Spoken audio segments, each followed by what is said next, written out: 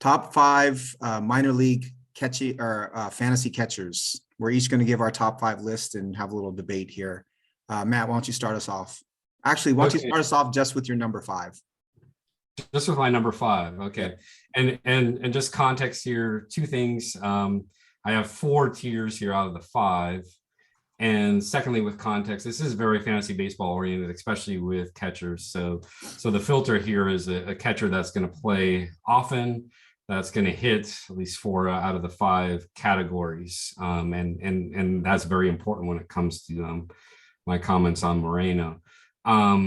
So I have Davis as number 5. Just recently came to AA. I'm going very much off the qualitative research here from scouts as far as what he can become, the amount of torque he could generate with his swing, which is somewhat unorthodox. But his OPS has been solid throughout. He's a good hitter. Hard hit is lower, but again, what do we do with that as far as in relation to OPS and potential with power? K to walk, 18% K, which is great in A+. Walk is 8%, contact 78. I'll be interested in what happens when he does make that transition to high A plus to AA, which has just recently happened. What's going to happen there? And then this has been, and we've mentioned this in text, it's always been AA has always been kind of the test place, right, as far as a player moving up. But most scouts are saying this is very much increased since 2020 as far as the talent level at AA is really at a peak right now, and it's really the testing place on is a player going to adjust? Where's the player at now? So I'm curious to see what's going to happen in AA with Davis and whether he'll meet the pedigree that scouts talk about. What is your kind of your expectation of him in a normal season at the major league level, and where would you rank him as far as major league fantasy catchers once he does come up? I think he's on that. He's kind of at that Will Smith level where, can he be elite? Or is he going to be kind of the all-star once in a while catcher? So I'm undecided. I don't want to give any big comps right now until I see him in AA. I think that the difference maybe between me 6 months ago and me today as far as just learning prospects is and Aaron talked about this, I think, on a pod and on our text, and I'm more convinced about this than ever, is the proximity thing, the proximity as far as meeting the test of time, but I also want to trust the qualitative piece of scouts here, so I could see him 270, 25 to 30 home runs at peak. So that's where I would place him. Aaron, do you have any thoughts on Henry Davis, and where'd you have him ranked if you did? I did. I had him as my number 1. Speaking on the proximity first, him being in AA, the Pirates having so much opportunity on their team. The fact that he has a hose for an arm, and we're potentially moving towards automated strike zone in the next couple of years, catchers who can, the defensive element was going to be not negated, but it's going to be lessened, and players who really have a strong throwing arm are going to be more valued. So I think that would help him. But I love what I've seen so far in the minors, and I love his 70 raw and 70 game power. I think from the catching position, you're looking for categorical impact, and whether that be batting average or power. I respect, I'll give all credence to Matt's projections. I don't know if based on my limited knowledge that he would ever hit 270, but I could see him being like a 230 guy. I worry a little bit about his walk rate. He's only walking 8.6% of the time this year. And when someone is selective to get to that power, so that they're waiting for their pitch, and they can't be easily gotten out. But I am encouraged about what he's the fact that he is in AA, because the pitching right now in AA is harder than AAA. At least that's what the stats suggest. Mhm.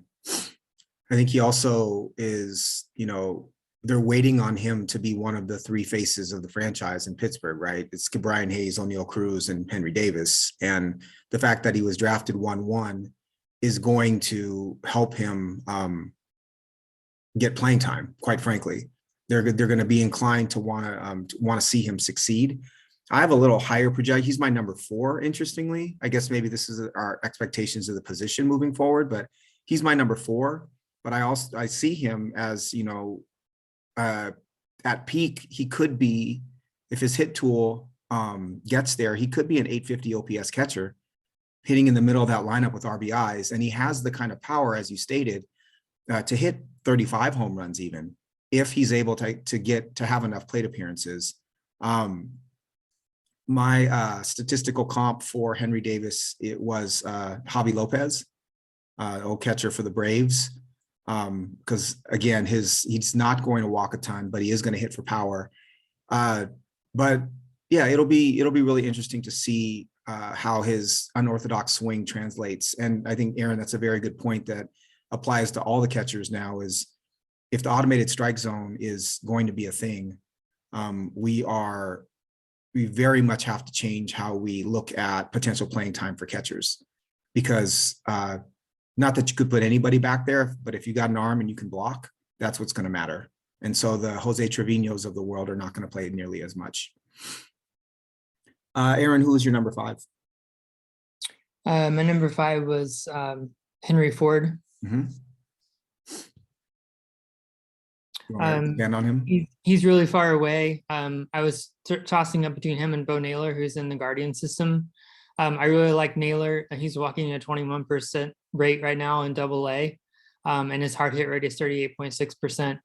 When I think about the Guardians and their ability to develop, hitters who see the strike zone well, hit for high average, and he's actually has a little bit of speed. I don't think he would be, I'm not suggesting he would be a Varsho or anything like that, but I don't think he's a 0. So again, thinking about categorical impact, if you get a player in a system like Cleveland, where there is opportunity to play, is a good enough athlete to run a little bit, has that kind of eye at the plate, and there is playing opportunity. He's not an exciting ceiling prospect, but I think he has enough categorical juice that he could be interesting and in fantasy. But ultimately in fantasy, I had Harry Ford higher because he's way far away. Honestly, I don't know if I would invest in either one of these guys as a keeper right now, but to me, if I was, Harry Ford would have that higher ceiling. He was 11th overall pick. He can play 3 or 4 different positions. He's struggling, but that's not to be unexpected. Early on, he's just starting his first full season ball, but he has potentially 5 tools. And at the catcher position, that's really intriguing, and really a really good athlete. So he was my number 5. Did you have Harry Ford ranked, Matt? I would have him close to 6. Okay. I've always been high on Ford, and like what we said earlier, he's going to be that type of catcher that will always have the catcher eligibility and be able to move around with positions, and so you get a lot of at bats from him. Mm-hmm. But again, why I would put him at 6 is just this is the proximity issue. Right. I want to see more. Yeah. So, yeah, I really struggle with that, like weighing the fact that Naylor's in AA and then that Ford has such a high ceiling. Ford was my number 3. Here's why. I think that, so all the points that you guys made, he's got 60 raw, 60 speed, but he is the type of player that will continue to maintain catcher eligibility if we have an automated strike zone, right? He's got a great arm, he's got great athleticism, but there is question about his ability to catch a little bit. And so there's been talk about him playing second and center field. My comp was Dalton Varsho. I think the power speed at having catcher eligibility is going to become a thing. And it's hugely valuable at catcher especially if you can play other positions. My last sentence in my write-up of Harry Ford is it's a starter kit for a 2020 catcher with multi-positional eligibility.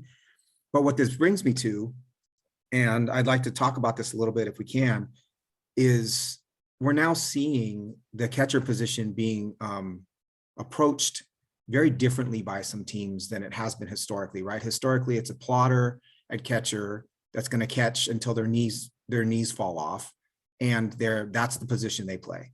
But we see Dalton Varsho, we see MJ Melendez now playing right field, right? There was some talk about him taking some reps at third last year. He's playing a couple days at third, a couple days at DH, a couple days at catcher. And then with the DH now in the National League as well, I think we'll see players who traditionally or historically may have been moved off of catcher maintain that catcher eligibility and become either the second or the third catcher on their team. It means a catcher like Tyler Soderstrom may be able to stay at catcher a bit, even though defensively he's a minus, because he has a little bit of ability to do it.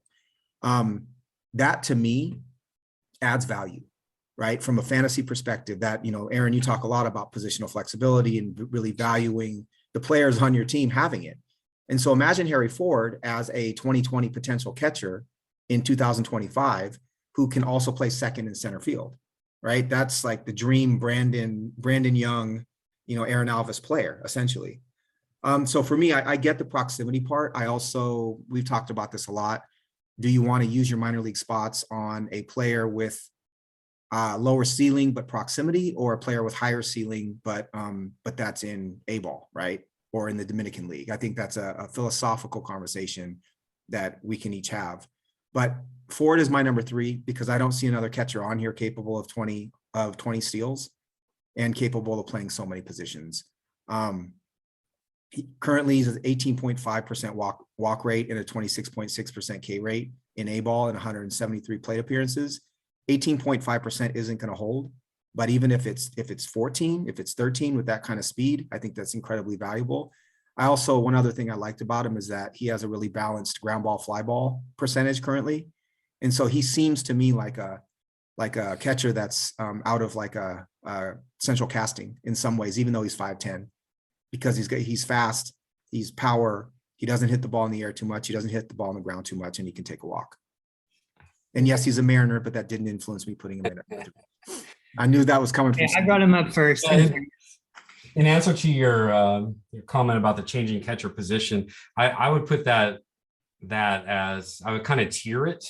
Mm-hmm. So I think I still would hold to the traditional elite catcher, which we haven't seen in a while, right? Mm-hmm. But I would have that category first. So for me, that's where the potential of an Adley or an Alvarez would be. And then these type of hybrid catchers you're talking about in that rank, and then kind of the occasional all-star catcher in tier 3.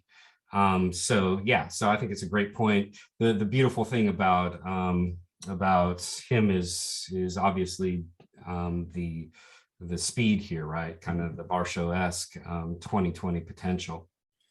I love that you bring that up, and I think even though the framing and stuff may going by the wayside, I still, that romantic and I think very real idea of the catcher being the leader of the team, or being a leader on the team, and being someone that strategically still has an important role to play.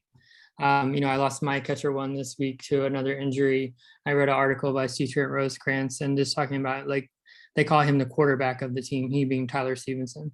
Like, he is the leader, he's the leader in the huddle, and he's the one that speaks up at meetings, he's the one who sets the tone. And I love that idea of that catcher. So again, I know that we're moving away from the defensive element focus, but I still think, to your point, there are intangibles, there are game calling, there's still elements to playing that position that are special and unique in the game. Are we sure it's not Tommy Pham? And I think your comment there has a lot to do with playing time as well, right? So, and the team's commitment to that catcher. But at the same time, I think it does affect evaluation. So So the catchers that I'm going to mention, are all on my teams now, besides Davis. So just as far as you all, calling out my bias here, I'll just say it up I'm right front. there with you. Yeah, but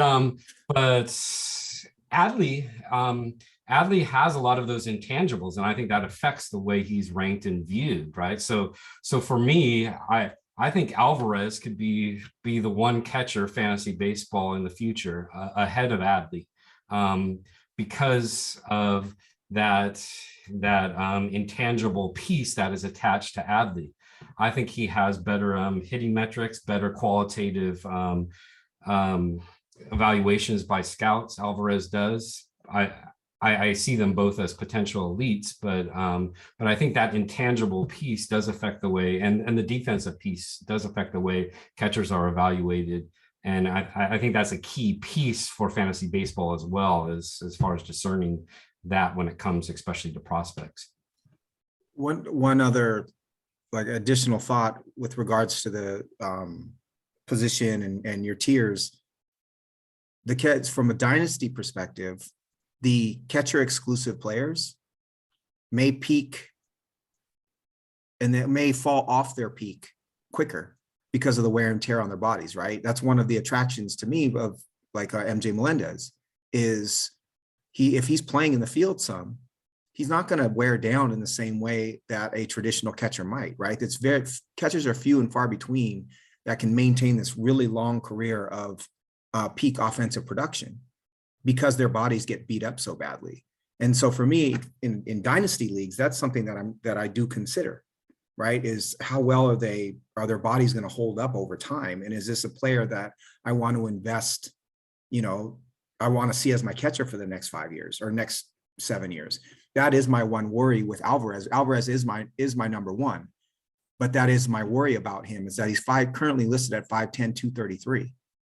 And if he's squatting up and down over and over again with that amount of weight on his knees, given his frame, is he going to break down quickly, right? Is he going to peak at 24 and then at 26 it's kind of downhill from there because of the build and the catching. Help there with NL. So the other part of the conversation is now that the NL has a DH, is that catcher's bat good enough for the team to DH that catcher when they're not actually catching? So if Alvarez is catching 4 days a week and DHing 3 days a week, then that's great, right?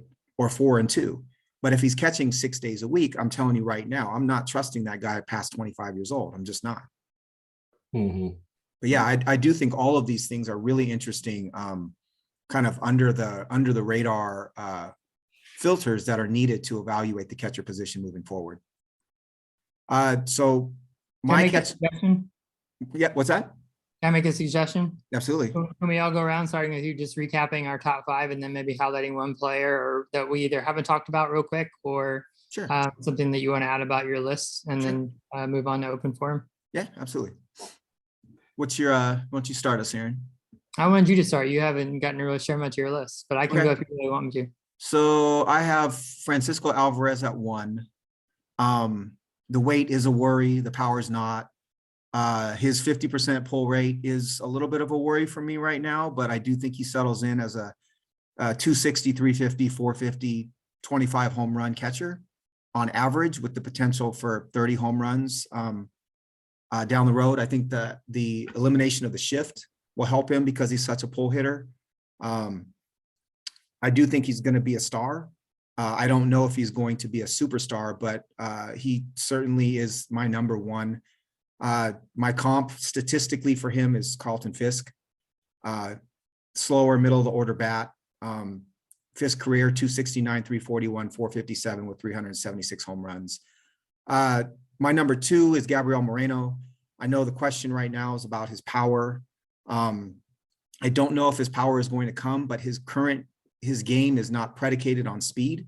And so if he is able to add weight and good weight, I do think he can add a little bit of power just with strength. Currently, I see him as a 290 hitter, maybe even a 300 hitter with 15 or so home runs and a good walk rate. He also, context-wise, he's playing in Toronto with a really good offense. I think for runs and RBIs, that could help him.